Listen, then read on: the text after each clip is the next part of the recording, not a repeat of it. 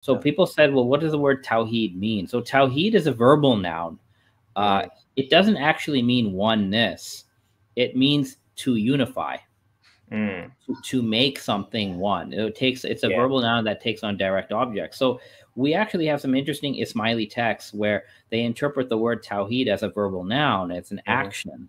And as an action, God is not the object of Tawhid. Nobody is making God one, right?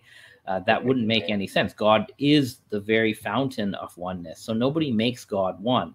So in Ismaili text, what we find is that Tawhid is an action, and it's an action that is performed by the worshiper, where it doesn't mean to make God one, but it means to isolate divinity from creation. It takes on a negative meaning for when a person does Tawhid. What they conceptually, really you're conceptually divesting everything in creation of the divine nature. So you're just left with God, right? That's what Tawhid means for the creature, and for the Tawhid at the divine level is what God does. God's action of creating the cosmos is an act of Tawhid, because God creates a creation that is numerically one, namely the first intellect.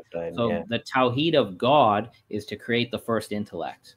And then the Tawhid of the first intellect and everything within creation is to then deny divinity to oneself, to isolate the divinity away, to divest divinity from oneself. So that's what Tawhid from an Ismaili perspective actually means.